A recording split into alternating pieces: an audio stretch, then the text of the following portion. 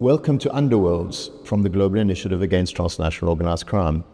My name is Mark Shaw, and in today's episode, I'm talking to Louis Ferrante, a former mafioso himself, who has written a magnum opus about the rise of the American Mafia.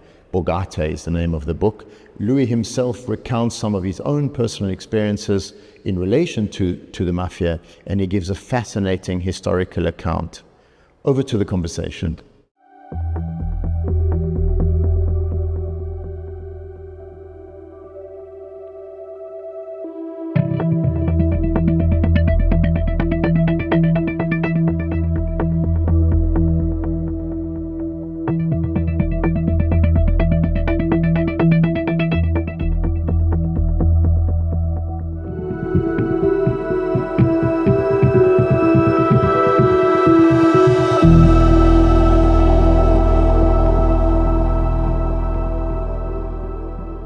Louis, really a pleasure to have you on the show, and the book is amazing and a great read. It contains, honestly, some of the best one-liners in the business, Louis. I mean, do they just sort of come out of your mouth, or is that like a mob thing, or do you work on the text to shape them? I don't want to give them away. I was going to read some out, but they're just brilliant, I have to say. Where do you get them from? Thank you. I guess when I'm writing, I try to be as natural as if I'm hanging out with you somewhere in a social club, let's say, because I'm back in those days when I'm writing. And we used to laugh a lot, and we took everything very light. For example, one time, we were playing cards around a table, and somebody came in with the news that somebody was killed. And somebody said, son of a SOB, that, I can't believe it. And I said, you knew him that well? And he said, no, he owed me money though. So like, yeah. I'm not sure why I'm laughing. Yeah. So, everything, it was all a joke. Even in prison, we made light of the situation. We always laughed. I think is it Augustus Caesar, when he was checking out in his final moments, and he said, I depart the comedy of life. And Italians also have an attitude that they look at life as a comedy. And the comic moments sort of lighten up the tragic moments. So as I said, even in prison, we laughed. We were one time in a holdover in an underground, sort of like a holding pen. And we're all chained up, and it's a miserable day. And my friend from the Colombo family said, he said, he looked around at all of us, and we were all grim and, tired and worn out, exhausted. We wanted to get back to the jail. And he says, well, we got them right where they want us. It took a second to figure out what he said, but we all cracked up laughing, we made light of the situation. So I did the same thing when I'm writing. When I'm writing. Yeah, it might be somebody just got killed. And if I can find some humor in it to lighten up the scene and lighten up the moment for the reader, I do. If there's something that comes to me, I write it. Why hold it back? So I appreciate, though, that you enjoyed that. Oh, you as a reader, you read through it, at least me, and then you read that line again, and it's beautifully crafted, right? And it brings an argument together in some ways, or it's just funny, or it's a bit irreverent. For me, that made the book in many ways. Louis, you have really an interesting backstory, which perhaps not everybody knows about. So you've written Volume 1. I want to ask you about Volume 2 and 3, as I understand. But Volume 1, which is a history of the American Mafia. But what's your backstory? What qualifies you to write this? I got involved with stolen cars when I was a kid, as a teenager. And that led to chopping up the cars and selling them to auto body collision shops for parts. They would buy parts from me and my friends a lot cheaper than they would buy them from General Motors or Ford Motor Company. So it was a good business. And from the chop shop business, I was in an auto body collision shop one day when there were these giant toolboxes that these Snap-on and Matco were the companies, the brand names of these toolboxes that stood as tall as I am. And they were loaded with tools, obviously, and they were for the mechanics and the body work, the body work guys. And I said, wow, look at the size of this. And a friend of mine goes, they go for about $5 or $6 grand a piece. And the truck comes, every now and then, and the truck's probably got like $100,000 worth of tools on it. And I said, you want one? And he said, sure. And I started hijacking trucks. That was the first time I got into truck hijacking. And I realized that of all the cars that I was stealing and piecing them out, parting them out, bringing them to the collision shops, I could hijack a truck and within 10 minutes make as much as I was making in a matter of months. So it was obviously, the math wasn't hard to figure out. This was something new. And I was young and stupid, young and ignorant. I wasn't concerned with the consequences or the people I may have been victimizing, which was sad. But when we're young, we don't think, I think, as much as we are when we're older, as much as we do. So I saw a way. I didn't consider the risks involved or the people I was hurting, and I saw a way to make more money, so I went with it. And from hijacking, after one hijacking after another, I'm meeting more and more people on the street because you have to sell your merchandise now and you need a fence. And then you meet guys in the mob and you meet guys who are sort of associates of the mob, then real mobsters. And before you know it, I'm involved with the biggest mobsters in New York. And the reason being is because they are the underworld government. And as an underworld government, they've even been called, I think, by Senator Estes Kefauver as a government within a government. And I think Bobby Kennedy, as the Attorney General, called them a private government. And they are indeed. So as a government within a government, they want to know who's making money and who's earning, and they look for you. They'll find you. You don't have to find them.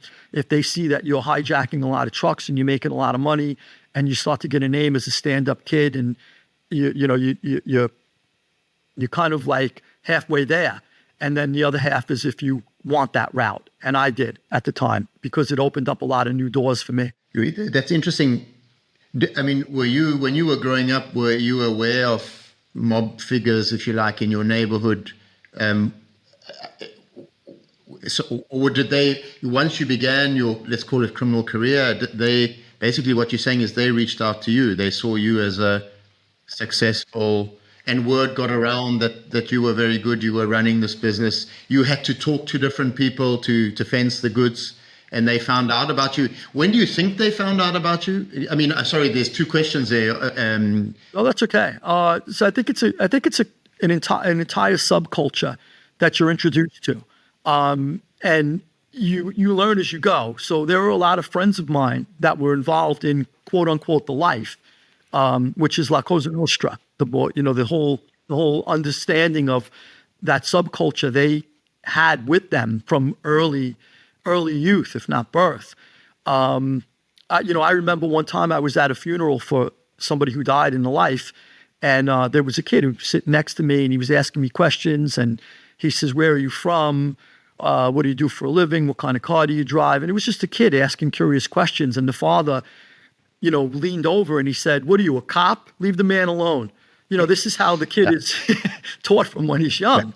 So, I said, "No, it's okay." I said, it's okay. He's just, I realized he's just a kid, but the father admonished him, don't ask so many questions. So it's the life that they're raised in, whereas I was learning as I went. And there's a sociologist who I read in prison. I can't remember his name, but he wrote about how it's an entire, each subculture you get involved in, whether it's drug cartels, the mafia, maybe the African Americans who sell drugs within the projects. Those are all three separate different subcultures that you have to learn. You can't just walk in off the street and think you're going to speak the lingo and understand how it works, and they'll spot you in a minute, unless you become part of them. It's a world you become part of. You become absorbed into that world, and that's what happened to me. So did I know mobsters beforehand? From the newspapers, nothing really big. It's as I started to branch out and go to different neighborhoods, there were neighborhoods surrounding my own where, you saw a guy on the street who had a tan in the winter because he's always traveling to nice places, and he has 3 or 4 cars. He has a Mercedes-Benz, a BMW, a Cadillac. He has all this gold he's wearing, and he doesn't work. So you start to realize, do I want to be like my parents who break their asses every day and they can't even afford to pay the bills? Or do I want to be like this guy? And for a young person, it's an easy decision. For as as you get older, you realize that there's long-term consequences to that man's lifestyle, but you can't see that when you're young. When you're young, all you see is what's in front of you. And my country is very materialistic, so you're raised materialistically. People who are considered successful are people who have things, who have money, who have toys. They're not necessarily, you're not taught from my neighborhood, you're not taught that maybe somebody could become an astrophysicist or somebody, he's a professor of such and such. So he's an icon, that you should follow. You're not aware of those people. They're not around you. And they're not accessible to you, those people. Those people are something you see in a book or on the news. The people you do see are on the corner, in front of the social club. They're the guys who are making money. So they're sort of your like go-to as far as psychologically. They're your go-to to achieve success. You want to be like them. You want to sort of like to mimic them. And that's what you do. So now when I got involved with the mob, there was a lot I had to learn, but I was a quick learner. And I'm already making money. So that's the biggest thing, an earner. And the other thing too is you have to be willing to commit violence. And I was, unfortunately, I was violent when I was young. I had no problem fighting with people. If there was a fist fight that, I wanted to fight. And then if somebody, had a knife, then I'm happy to pull a gun. If somebody had a gun, I was happy to pull a bigger gun. And then you learn to be what Machiavelli called virtù, which is nothing like virtue as we know it today. It's more sort of like cunning. And, you learn to become a cunning individual, to outsmart other people, which is something that I wanted to decompress and get away from when I finally changed my life in prison. And to complete the question as to my background, eventually I knocked off some of the biggest heists, probably in U.S. history, as I'm told. I got involved in, I was pulled in California on the eve of knocking off an armored car. Me and my crew flew to California. There are surveillance photos of me and my crew in California floating around on the internet now that the FBI took. We were down there to knock off an armored car. And then I was accused of doing other things that big. And at some point or another, we had an excellent crew. Everybody in my crew, I was in my early 20s, everybody in my crew was in their 30s, 40s, and 50s. And the fences that I regularly went to were in their 60s and 70s. So everyone was older than me. And the reason why they took me seriously was if I put a plan together, let's say for an armored car, for example, if I put a plan together and we hatched the plan and then we were successful pulling it off, it gives you a lot of sort of like mojo in the underworld. That goes on your underworld resume, and you become somebody who's extremely in demand. And, my crew that I put together too, they were really the best at what they did. They were good guys. As close as what you'll see on television, although what you see on television is completely drama. It's all fake, where guys are talking in little things and, before a heist, and then they walk, they have a suit and tie on, and, there's stuff I laugh at when I watch that, but we were a well-oiled machine. We did our homework. We did our research before we made a move. I didn't even know what the word research was back then, but we were smart enough to case a place out, see what was happening, and then assign the right people to do the right job. So then I was successful pulling off all the heists at the time. Yeah, it's a fascinating story.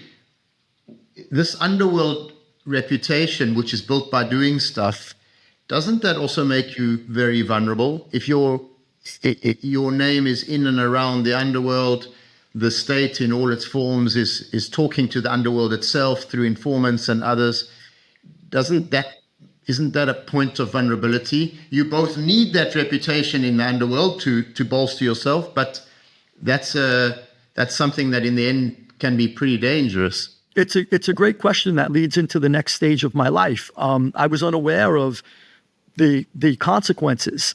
I was under the impression that once I committed a crime and got away with it, and we ditched the truck over here. Let's say we hijacked an 18-wheeler. Once we unloaded the 18-wheeler, and it was before the age of tracking. They just started to do tracking when I went to prison. So it was before the age of GPS devices and stuff on trucks. It was starting to happen.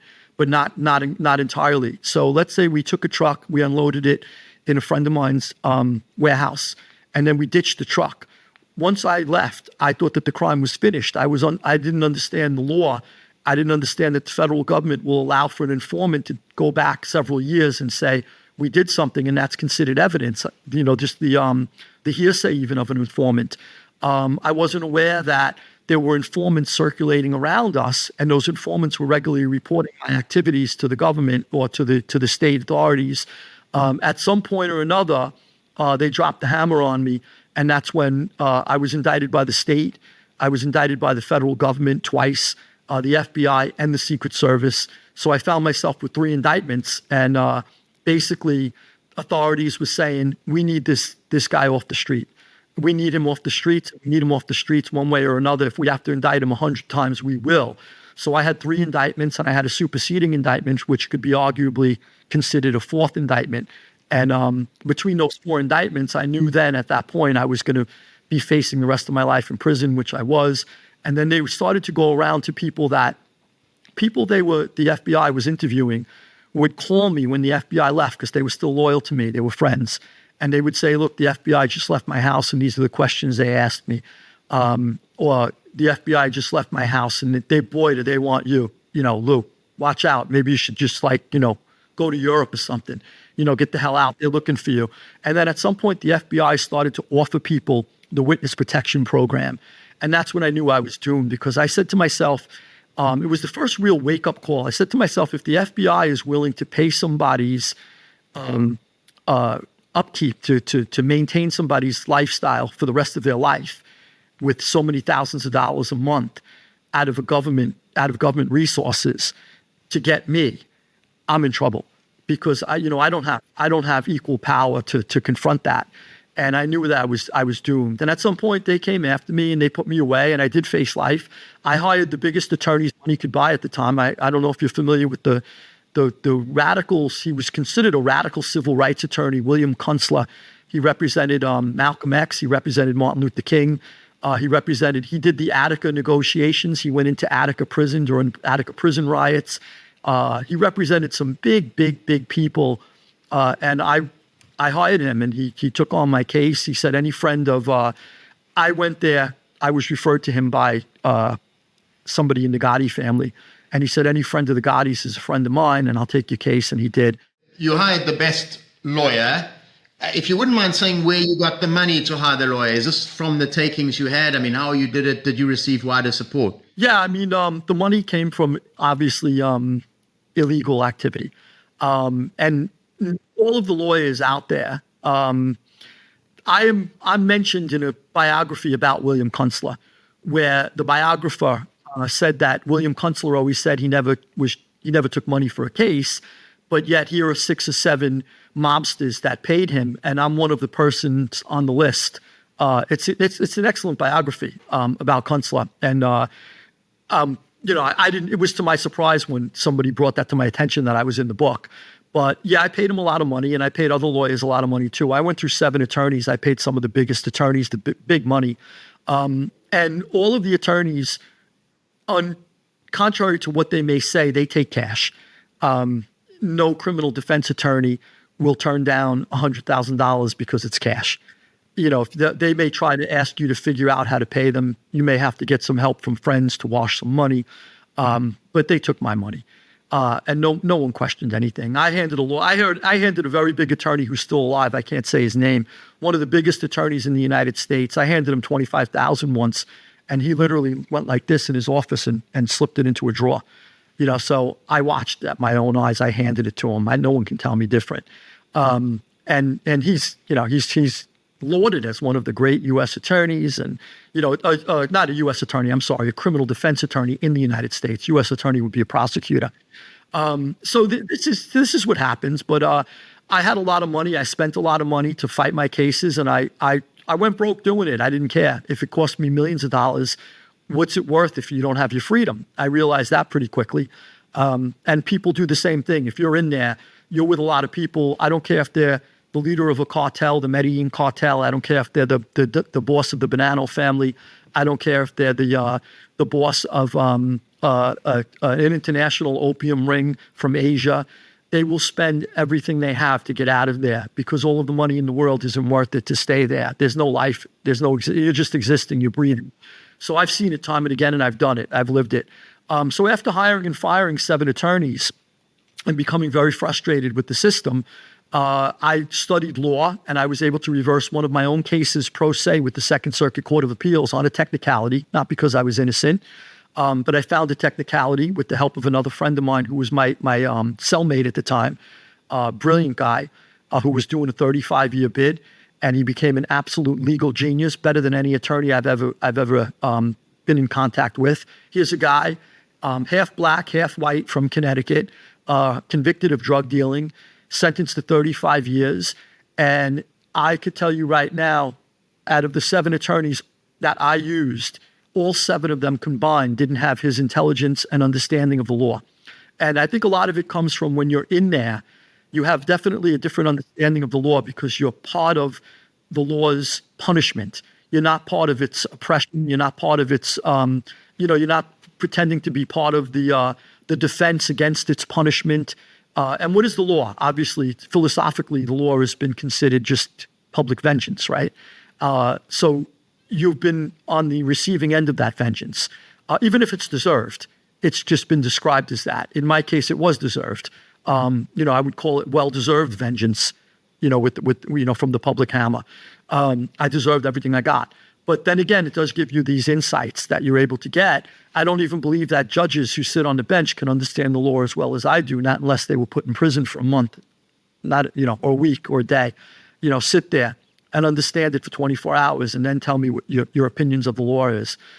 So anyway, he was an absolute genius. I was able to reverse one of my cases on a technicality, and I was able to cut down a much larger sentence, and I was able to get out after 8.5 years of prison. And in that time, I served time in some of the worst prisons. I was in Lewisburg Penitentiary the very first day in the general population. The Aryan Brotherhood hacked to death and gutted 2 black Muslims inmates. It was in the middle of a race war that I landed there for, which was horrible. These are things I'll never forget. Blood and guts all over the walls, all over the tier block. They show you pictures of the dead bodies and ask you if you know them the next day. You're locked down for months. You have to carry a machete in defense of your own life. And then I would say to people, but I'm not an Aryan and I'm not a black Muslim. Why should I have to carry a machete? Well, you could be hated by both groups, and if you're in the way, you're dead. And if they have to get somebody to save face when they're going back and forth with vengeance, they will kill you and say, well, we made a mistake. So it's a dangerous place, and people were killed for a lot of different reasons. So in the prison is tough for you, but what comes through the book, right? Because clearly something starts to happen to you in prison. You are unbelievably well read, right? This is clear from the book. You have read everything. When did you start? Were you reading as a young man before you were hijacking trucks? Were you reading while you were hijacking trucks, or did you start reading in prison? Because there's a depth of reading that comes through here, which is quite phenomenal. And I'm not talking about reading on organized crime. I mean, you've already, mentioned you read this book on sociology and other things. So you're reading philosophy, history, sociology, the history of organized crime. Do you start this in prison? Yes. I never read a book from cover to cover. And not before? No, I was literate. I was taught how to read and write. Obviously, I went to school as a kid. But I never read a book in my life. And it's not so, when you come from a family that doesn't, my family, no one ever went to college. No one ever went to university in my family. My mother and father, they never went to college. They couldn't afford to go to college. They didn't come from a family that went to college. My grandparents didn't go to college. And I remember the first book I wrote, my memoir, when I came home from prison, it was the absolute first book that my father ever read in his entire life. And he was in his mid-60s, at the time. So just to give you an idea of, if you don't come from a home where education is sort of stressed and there are no books around the house, the only reading material around my house were magazines that my mother, on her way home from work, would lift out of the garbage from a dentist or a doctor's office. She would see the magazines in the garbage and she'd carry them home on her way home from work and she'd look through them. And that was the only reading material in my house. So, I mean, I never was up for Better Homes and Gardens. So I never read those books, those magazines rather. So the first time I do read is in prison. Where do you, sorry to interrupt, where do you get the depth of literature that you start to read? I mean, prison libraries don't ordinarily have this sort of stuff, surely? No. And just explain where you started to read. I mean, were you reading what was there first and then you started ordering in additional books? Yeah, so it's a good question. It's a combination.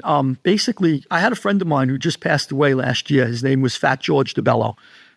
His mob nickname was Fat George. He was the caretaker of John Gotti's social club in Queens. And I called him up and he had tattoos all over his body from head to toe.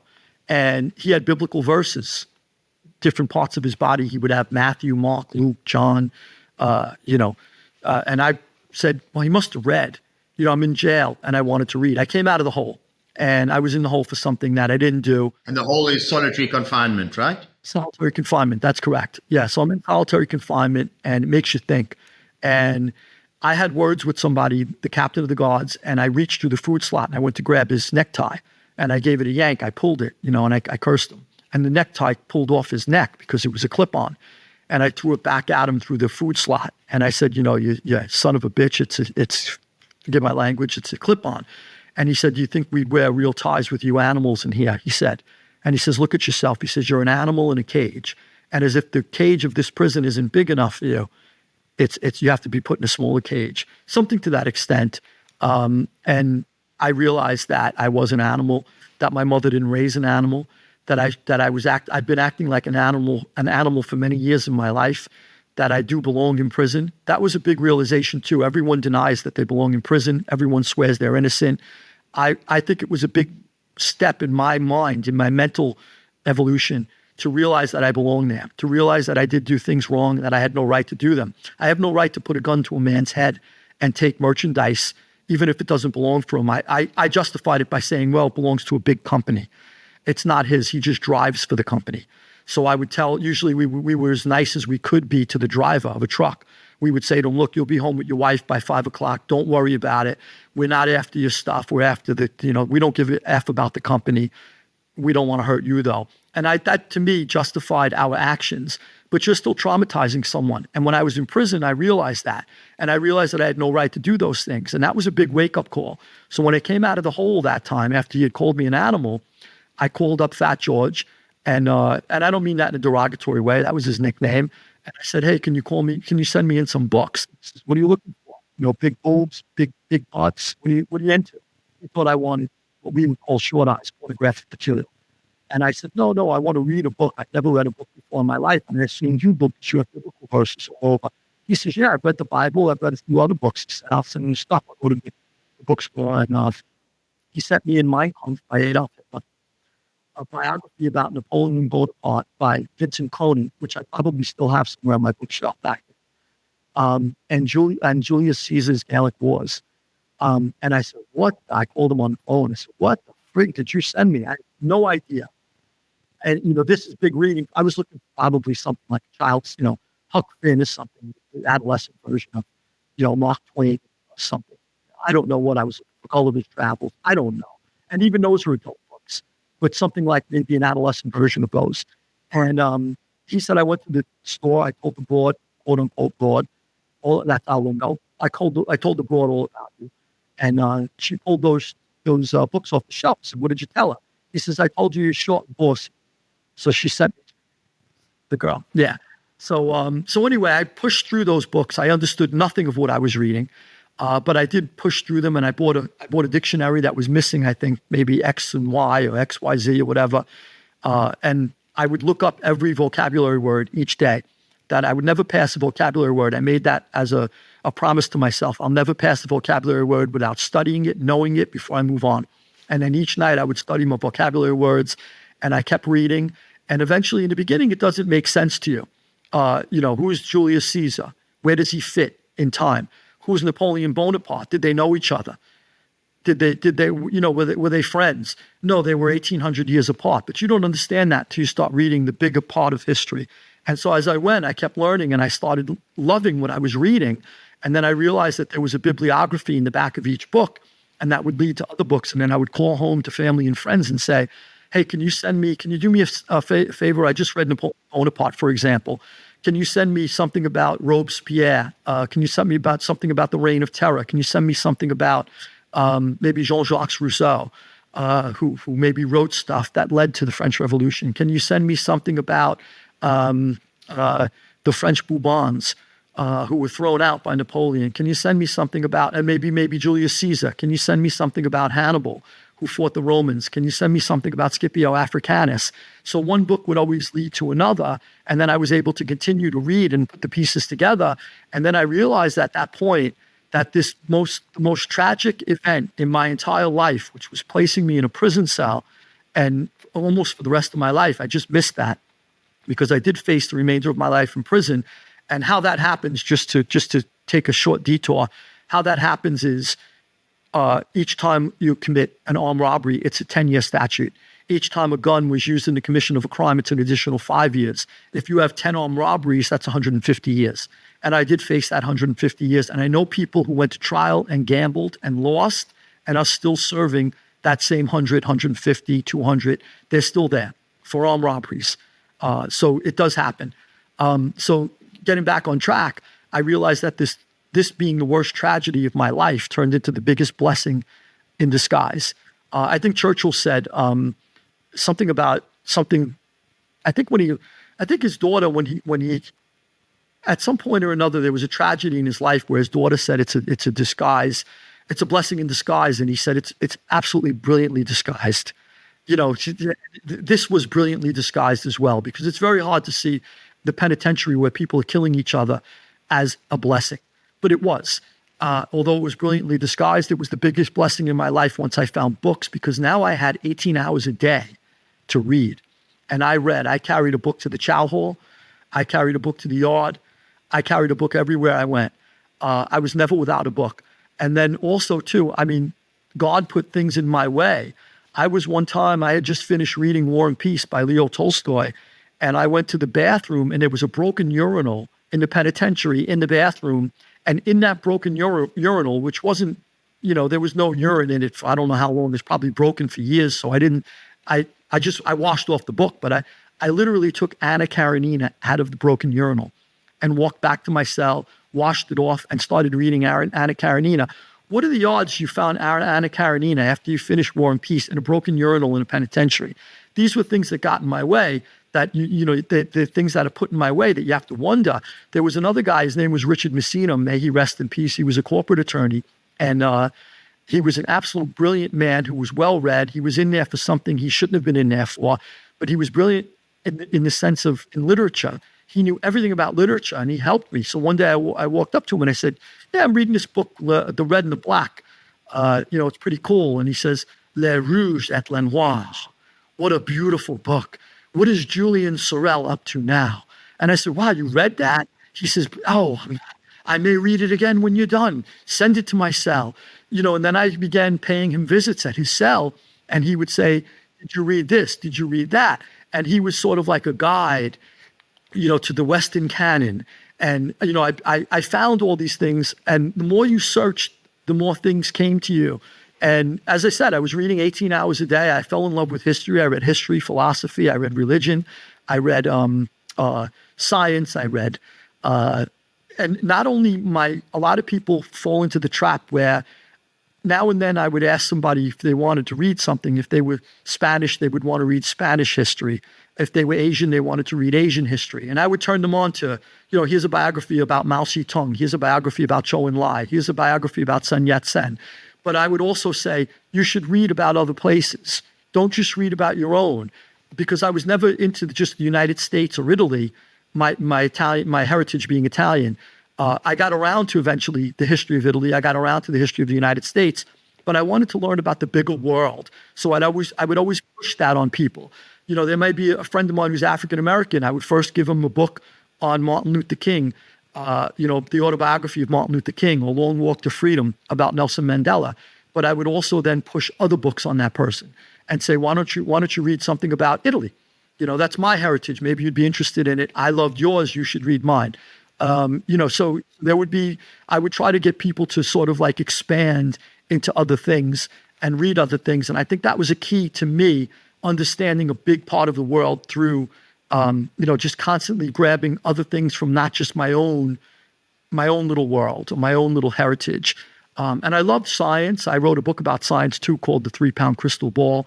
It's about a theory I have about the dreaming brain. It ties in physics. It ties physics through Einstein and psychology through Sigmund Freud.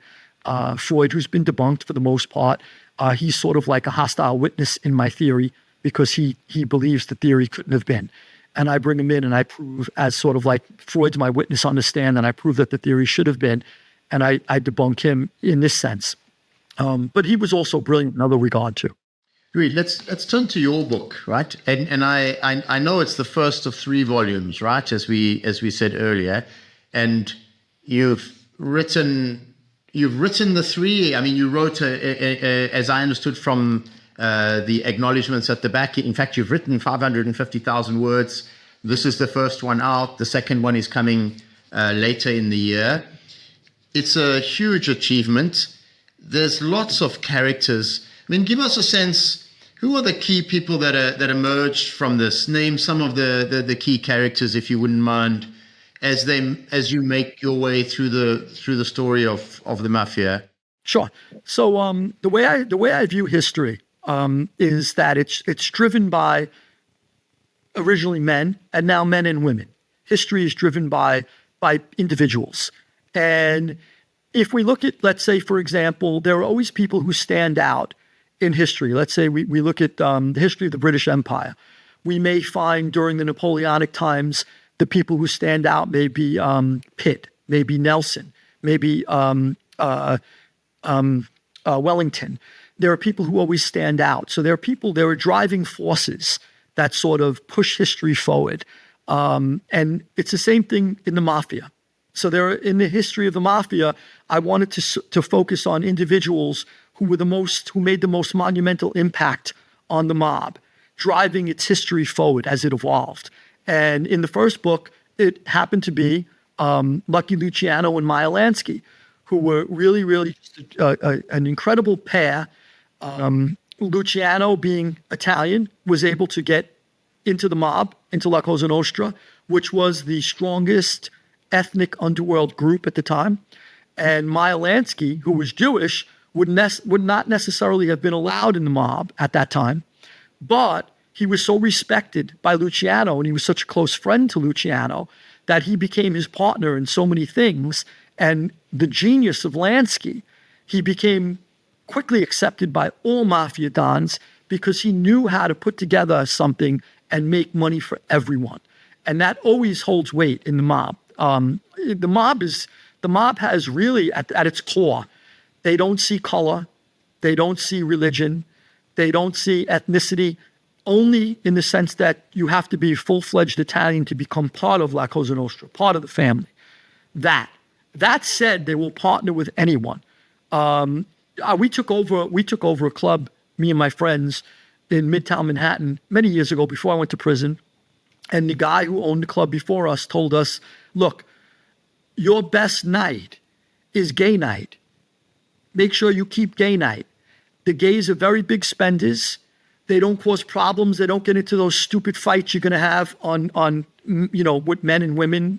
Men want to fight other men over a woman at the bar, over you'll have a great night, keep gay night. We looked at each other and said, we keep gay night. We don't care. So the mob maybe is portrayed now and then as, well, they don't like gays. We really don't care. That's not to say you could be gay and be in the mob. That was probably the dividing line. It's about making money, Louis. The issue is, if you make money, correct, you're good. Correct. But Louis, can I the one thing that's, it's interesting because I think you may know in different places and including in South Africa where I'm from, we are counting criminal assassinations. So we are counting when organized crime kills somebody, whether they're in organized crime or whether it's a journalist or outside or whatever. And I was very, very struck in the book. And there's countless photos in here of bodies of members of the mafia who have been killed.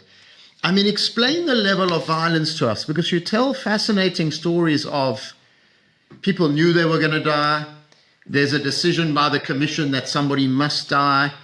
People are dispatched to kill somebody. Inevitably, the hitmen are themselves killed. I mean, it's an incredibly violent story, brilliantly told, I must say. This sort of underpinning of violence. What's the purpose of the violence in your view? I mean, is it needed? It's central to your story, you know? It's always about money and power. And right. Yeah, always. And what I tried to do I used Plutarch as my model for when people Plutarch obviously did the lives of Greeks and Romans. And what he did was he pointed out their vices and virtues, and he would point out what they did right or what they did wrong. And I wanted to use that as sort of like a template for this book, whether it be a mobster or a mob boss, what he did right, what he did wrong, how he let himself into a trap, how he got himself killed, or how he avoided that trap, and how he was able to live. Lucky Luciano died in an airport of a heart attack. Why does he die in an airport of a heart attack when Ben Siegel is gunned down and blown, his eye is blown out of its head and plastered against a wall in California, and he dies such a horrible, tragic death? What are the differences between these two people? And I wanted to make sure that throughout the book and throughout this history, I always point out to the reader the mistakes or, to their credit, what they did right to either find themselves in that predicament or avoid it. And I think that's a big thing right there. And the other thing is, why are so many people killed, as you asked? And is it a common thread? Does it continue? It does. And whenever there's money and power at stake, there's murder. And we don't like to admit that, even as members of polite society. We live in democracies, but the government kills, and the underworld government kills. Those are the only two entities that kill, really, in this world. And this is, in a way, in both cases, it's a form of regulation. Is that what you're saying? The underworld acts against people who are moving outside of its bounds, who are a danger to it, who have broken its rules. Exactly. If you belong to an organization that kills, you know what the stakes are. So you know, yeah, I mean, you're well aware of what the stakes are. And now you have to live within the guidelines of that organization. Now, have you? I wasn't aware until I was in prison.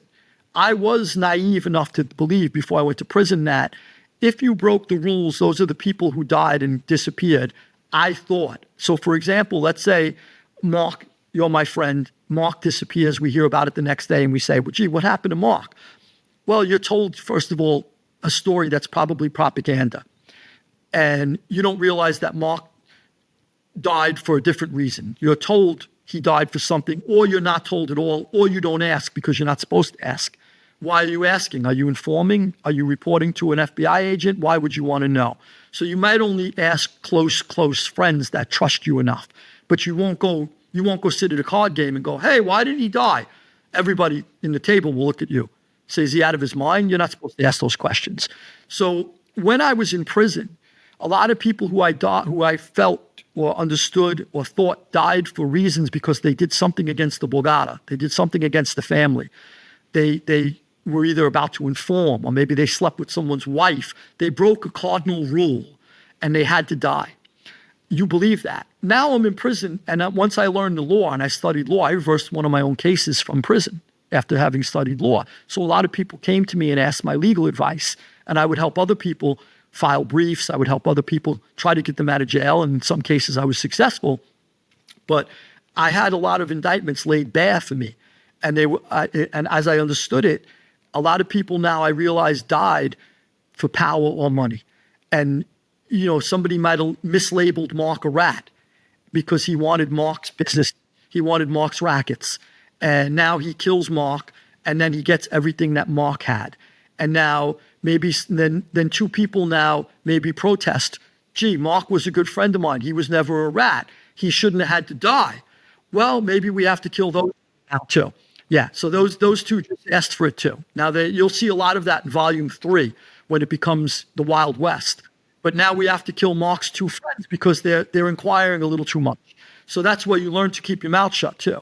You don't want to be on the list, right? So And this is an underworld government, but hey, look, Volume 2 gets deep into the Kennedy assassination, and a lot of people who did not go with the flow were found to have, there were like an inordinate amount of quote unquote suicides, where people are just, one guy shot himself 5 times in the chest.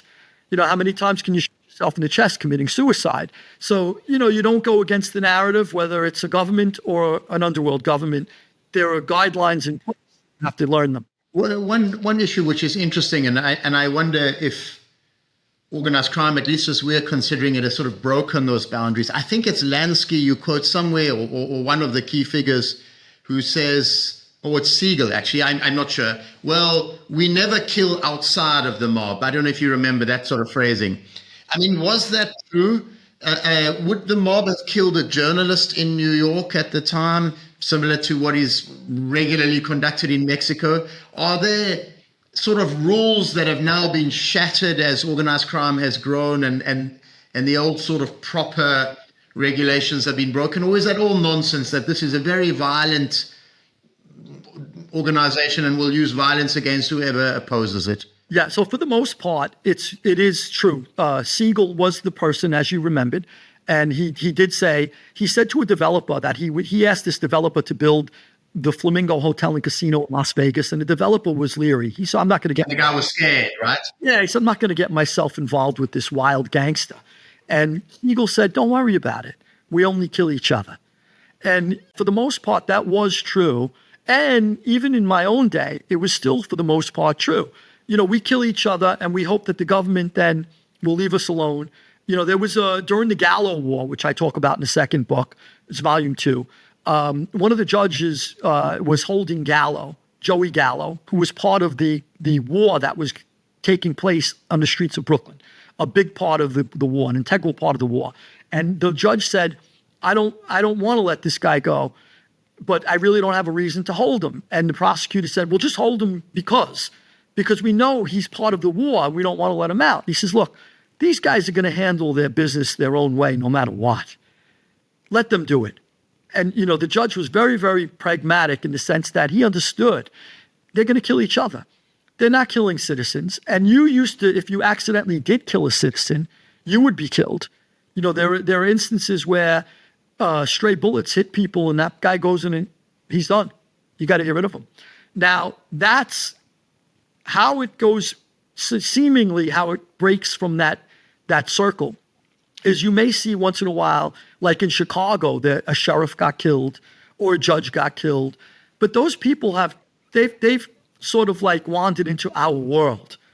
You don't necessarily kill a judge because you're in front of him. You would say that a journalist who was covering Lansky, Siegel, and others would have been fair game in this era, would you think? Well, no. Most of them were never touched. However, there was an instance where Vito Genovese was in Italy, and he sent word to one of his guys in Greenwich Village, New York, Manhattan, and told him, look, you got to kill this journalist. He was doing it as a favor to Mussolini, but he did not seek out approval from who was in charge of the Borgata at the time, which was Frank Costello. So Frank Costello had taken over for Lucky Luciano when Luciano was deported. Now Costello's in charge of the Borgata. Vito Genovese is supposed to send word to Costello and say, I'm looking to hit this guy. Costello would have knocked it down. He would have never allowed it. Never. And I write that. And reasons why he would have never allowed it. He knew that it would have caused too much heat for the mob, which it did.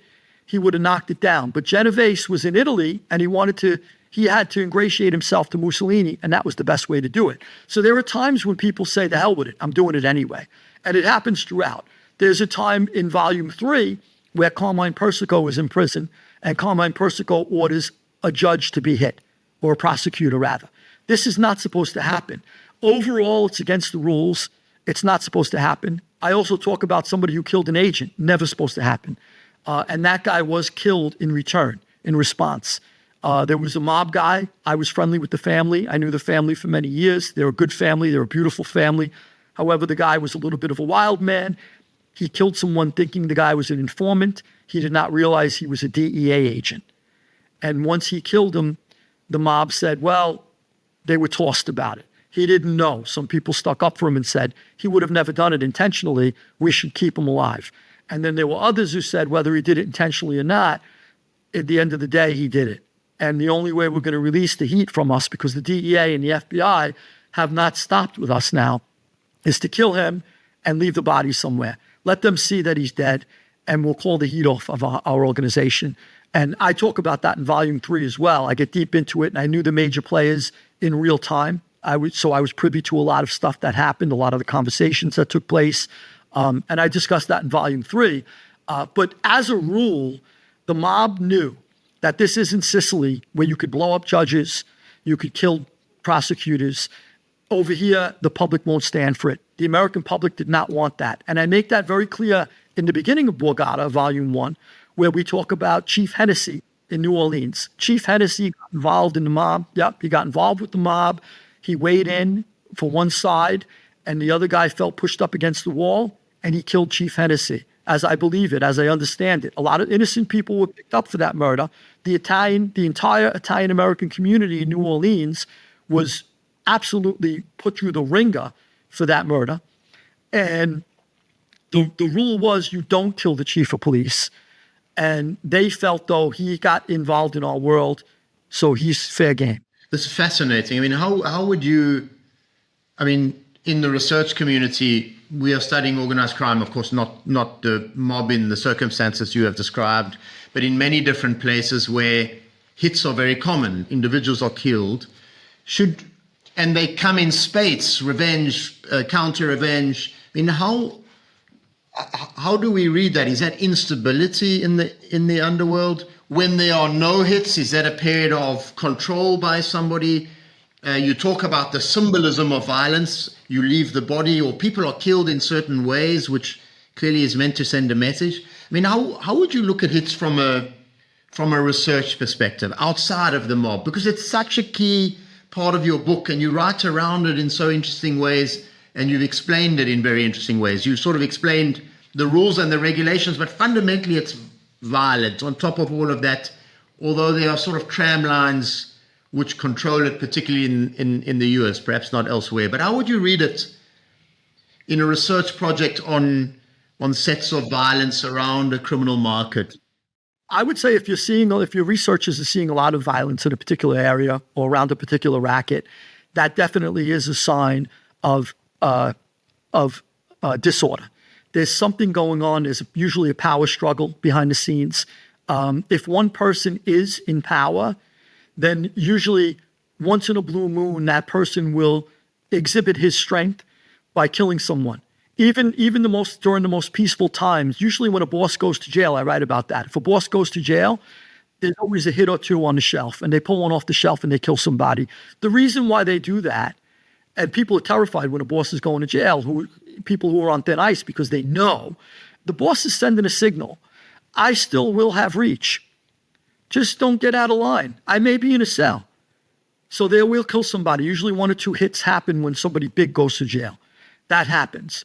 This is symbolic of reach, and these are people on which there's been a long. Person A may have done something wrong 2 years back. The boss kills them now, and the message is sort of "Don't cross me while I'm in." Is that as simple as that? Correct. The boss is sending a message that the boss knows that people are going to be starting to circle, what they perceive as a caucus, right? The boss is going to be dead. He's going to be pretty much removed from the scene. So, the people who want power are going to look for that. They're going to say, well, here's an opportunity. And they're going to start to, Machiavellian intrigues are going to start to creep up behind the scenes. And the boss is aware of this.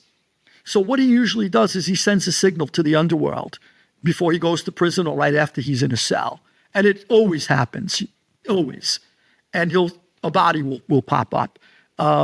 In my time, not too long ago, I knew a man named Billy Catolo.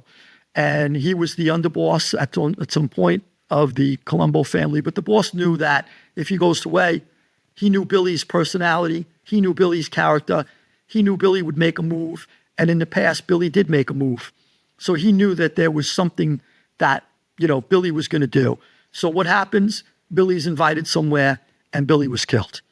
And that's sort of like, not only is he getting rid of a threat, but he's sending a signal. Don't anybody get smart while I'm away. I'm in charge. And then there's Louis, and I guess part of this is that, and you recount it, at least in volume 1, I haven't read the others, but that some people know they're going to die. I'm a dead man walking, is a couple of characters say. I mean, people know they've broken the rules. They know somehow that the system will act. Yeah, there are some people who are out and out suicidal, and you have to wonder why. It's a character trait that people have, by the way, just to give you an idea. I was in solitary confinement at times for a fight or something I had done on the compound, and I'm put in a hole. And then you would hear a guy screaming and yelling nonstop. Then he would start to flood the toilet, and then the whole entire tier block was beginning to get flooded. And you'd say to the guy, I'd yell, "Hey, buddy, the goon squad's going to beat your brains in, right?" And he'd continue to go and continue to go. "Hey, buddy, they're going to be here any minute. They're going to beat your brains in." And he'd continue to go, and he'd continue to go. And you'd say, this guy's suicidal.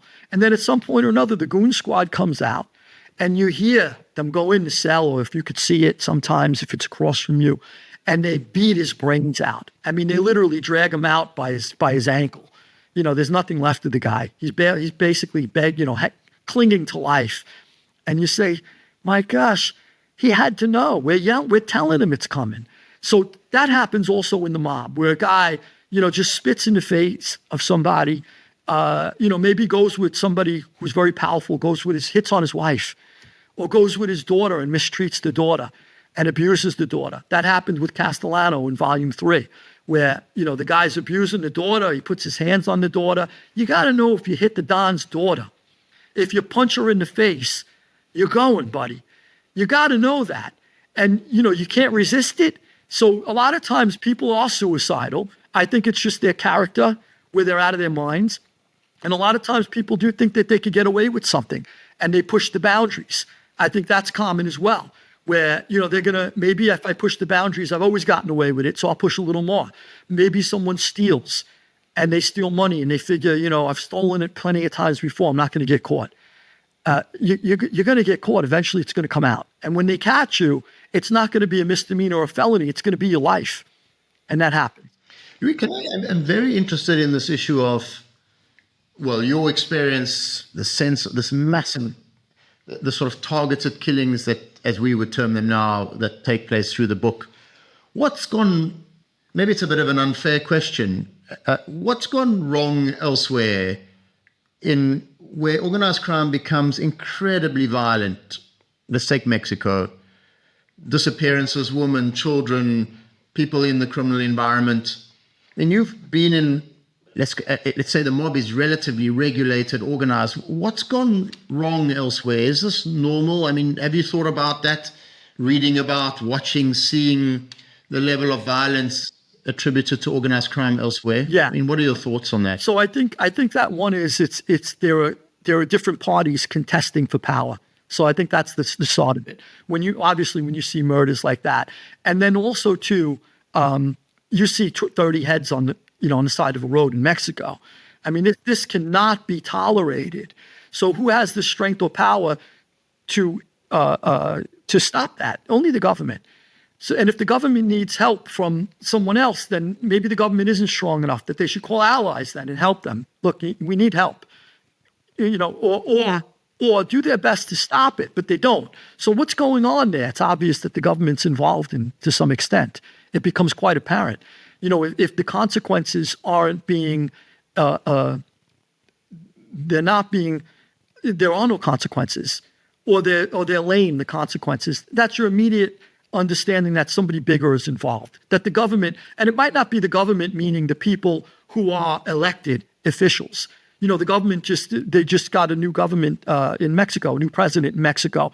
She may not know the cartel people, but there are people behind the elected officials who are really the power, the donors, the people who are behind it, the money. And those people may be working to some extent with people who get away with that. And then they're fighting. Maybe there are two different parties involved. Because don't forget, what I established throughout Volume 1 of Borgata is the mafia could have never gotten away with what they did without participation from the government. And how that was handed to them, to be quite frank, was during Prohibition. During Prohibition, the mafia before Prohibition wasn't thought of as anything sexy or romantic, and public officials didn't want to do business with them.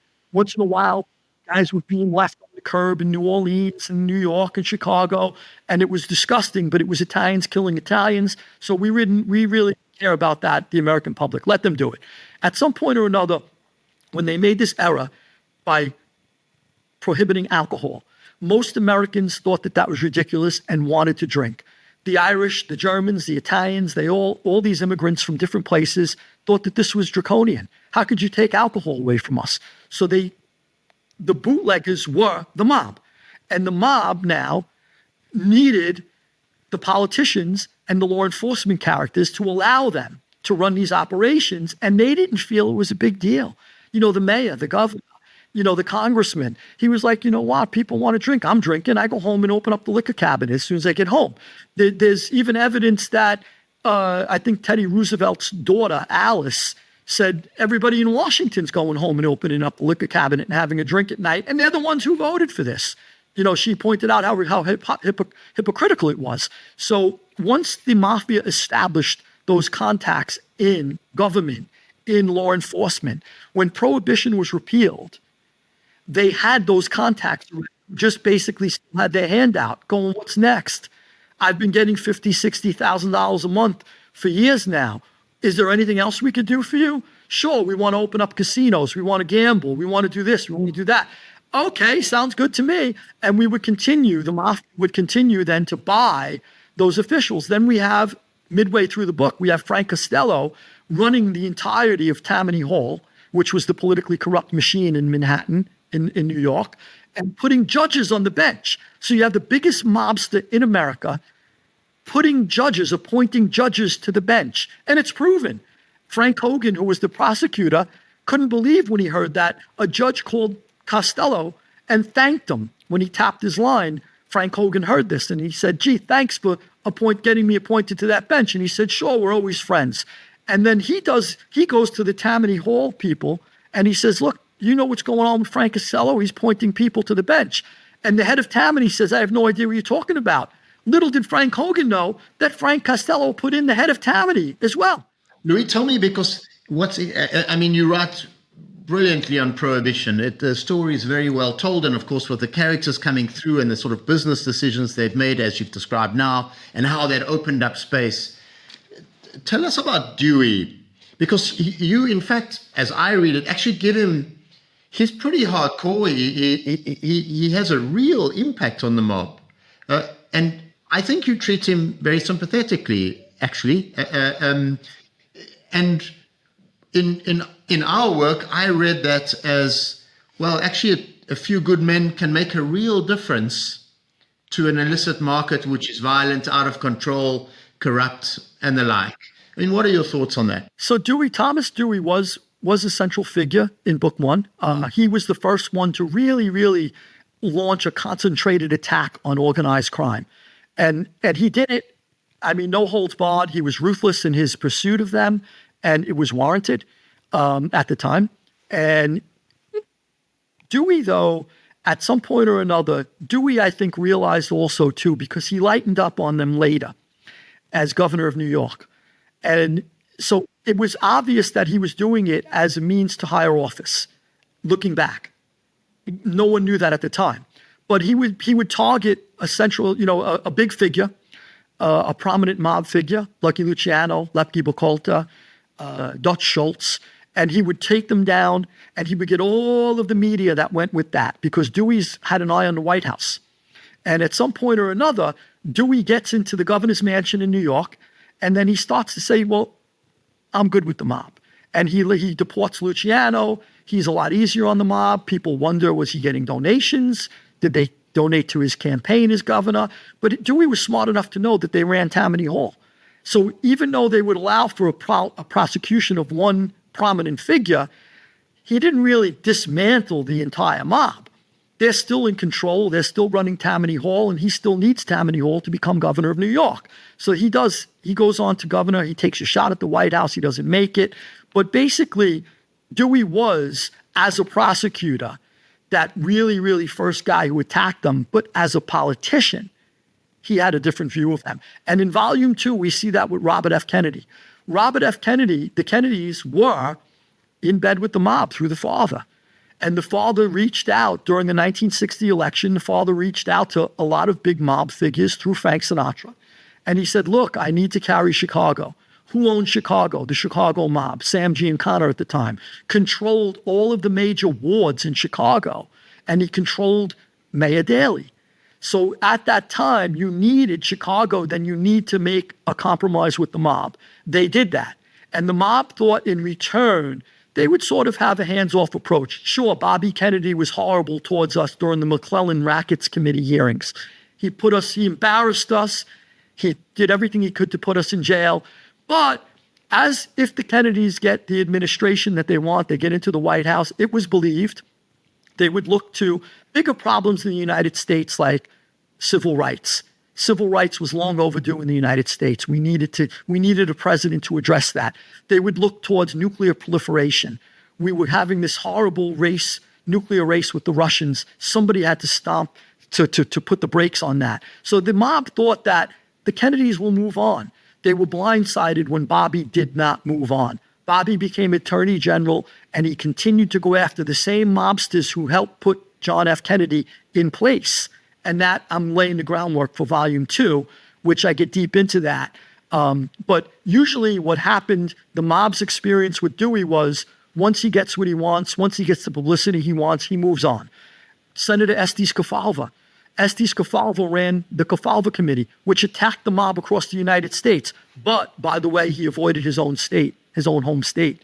He didn't go near his own home state. So there's always a little politics involved. But when Estes Kefauver got his presidential nomination, he wanted to be the president.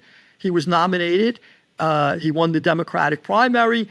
He beat John F. Kennedy at that point. I think it was in 56 or 58, or 56, 56. And then he moved on. Estes Kefauver no longer wanted to chase mobsters. He wrote his little book. He got his book deal and he moved on. So the mob figured, okay, if they come after us for political reasons and they get what they want, they move on. And they believed the Kennedys would do the same thing. The unfortunate thing was that they didn't. Part of the reason was that the father, who made a lot of the underworld deals with the mob, he suffered a massive stroke and he was incapacitated. And at some point or another, the Kennedy children who always listened to the father, the patriarch, they didn't have the patriarch telling them, hey, you owe some favors through me and back off. They no longer had that. And I think that was a key part of their downfall. Louis, the story you've told now, these big historical sketches, is there enough written on the influence of the mob on politics historically now? Is this a sort of, do we have the story right?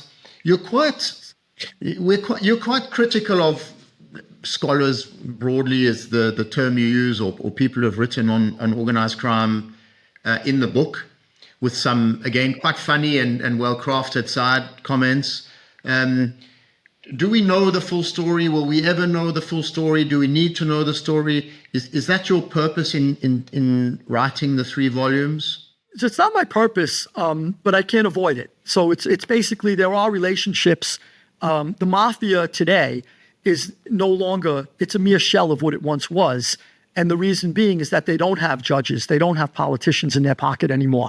It's very difficult to bribe a judge when a judge makes $250,000 a year with all kinds of benefits, and he goes to, galas, and he's the most respected man in the community. What is he going to get by taking $50,000 from a mobster? He's not going to throw a case anymore. You're not going to get that. And do you have judges who are in bed with corporations? Maybe there are some judges who should have recused themselves from major corporate cases, and they have stocks in the corporations. It seems maybe that they've moved on, but no one wants dirty money from a mobster anymore. As far as police, you have a policeman who maybe is a local policeman, and you used to be able to give him, a couple of $100 here and there, and he was in your pocket. He'd turn away when he saw a gambling, a casino, an illegal casino. He wouldn't really care. He maybe even come in and gamble a little, and everybody knew him back in the day. Now the cop says, yeah, I make, $70,000 a year with all kinds of benefits. I got an excellent pension. I'm not throwing it away. I got medical. So things in society have gotten better in the United States where it's much more difficult to bribe somebody. I mean, what was the turning point? Because at the end of volume 1, I really look forward to reading volume 2 and 3. But at the end of volume 1, you sense the mob's decline, right? It's there. These key figures have been. It's partly due to state action, but it's also due to the mob killing each other as you end volume 1. I mean, what's the turning point? Does that come in volume 2? What's this big social change? When does this occur? The turning point is volume 2, and that's why it's Clash of Titans. It's a clash between the biggest people internally in the mob, and also between the mob and the overworld. And this is, I feel like it's a microcosm of any empire. Empires rise and fall. And if you study the rise and fall of empires, whether it's the Babylonians, the Egyptians, the Carthaginians, the Romans, you'll see a period of growth and evolution. As Arnold Toynbee brilliantly pointed out, there are always crises that have to be met, and then a small group of people will usually meet those crises head on to continue the growth of that civilization. And that civilization, obviously, Toynbee is talking about, not empire, but there are parallels to be drawn. And then at some point or another, you reach a point where the growth they've reached maturity. And what happens when you've reached maturity is then there's conflict, more conflict than ever. Sure, there's been conflict in the past, but now the conflict is internal. And now, in the United States, look at us. We've been a great empire for a long time. We don't like to admit we're an empire, but we are an empire. I mean, we certainly are. We meet the definition of empire. And now we're in conflict. We can't get two parties to agree on anything. We're at each other's throats in the United States. I see it objectively because I see it as an historian. I try to view it without ideological, an ideological horse in the race. I see it as someone standing back, and I see it as the natural degeneracy now of empire. We've reached a part where the dollar is printed. We're printing dollars without anything backing it. The economy isn't what it once was. A lot of people are suffering. And there's nothing that the people, they wish that the government could do something about it to curtail it. But really, there isn't anything either party could do about it. We've reached a point where we're at each other's throats now. That will happen in volume 2, in the mob. If we imagine the mob, which I have done as an empire, they've had their growth and maturity. Now they've reached their peak. They've expanded as far as they could expand. And now what happens? They fight, they kill each other, and then it starts to contract. And that will happen. I think it's a period the United States is going through right now as we speak, believe it or not. I think the British Empire did it as best they can when they retracted. It followed World War II when the Brits were told by FDR, you can't be colonialists anymore. You got to stop this stuff. Churchill, who I love, by the way, I'm a fan of Churchill, but Churchill was for colonialism to a certain extent. And they said they realized they had to retract from that idea of colonialism. They couldn't continue. And they did it as peacefully and gracefully as possible. But usually it's not that peaceful. And the mob will be in volume 2. You'll see the Clash of Titans, as I call it. And in volume 3, you'll see everyone is at each other's throats. And what they're basically doing, Sir Arthur Helps, who wrote a brilliant 4-volume history of the Spanish conquest of the Americas. He wrote in one of his introductions something to the effect that after the animals of the jungle have killed the carcass, what's left is them to fight with each other over the remains of the carcass. And that's where we are in volume 3 in the mob. The carcass, it's the rancid carcass of empire that's left, and they're all killing each other over what's left. And it so happens that that's when I was part of the mob. I saw a lot of it firsthand. I was much lower in rank, but I was friendly with the people at the top. So I was definitely, sort of like a fly on the wall for some great conversations, and I saw things unfolding in front of me. And then when I went to prison, I was away with a lot of the people who talked openly about things that happened. And it was, once again, I was put in a perfect place for the person who could not only write volume 3 as a historian, but someone who was there and saw it with my eyes and heard it with my ears. But I think it's the natural life of empires, and it happens whether it's in the geopolitical world or it happens in the mafia, which I sort of portrayed, and which has been called by Life magazine, Time magazine. It's been called an empire by others. It's not just me that I pulled that out of thin air, but it really could be considered an empire in America. Louis, thank you very much. The Life and Times of the Mafia, the American Mafia, over 3 volumes, this huge piece of work. We look forward to reading Volume 2 and Volume 3. Thank you very much for the discussion and the back and forth and the very candid views, Louis, both about your own personal time and struggles, and then this rejuvenation yourself through books, interestingly enough, and then writing your own books. We are really appreciative. You'll see, you'll find a link to Louis' book at the bottom summary, Borgata, Rise of Empire, A History of the American Mafia, in the video summary below. And for more research about organized crime, head over to our website, globalinitiative.net. Louis, thank you very much for being part of the discussion today.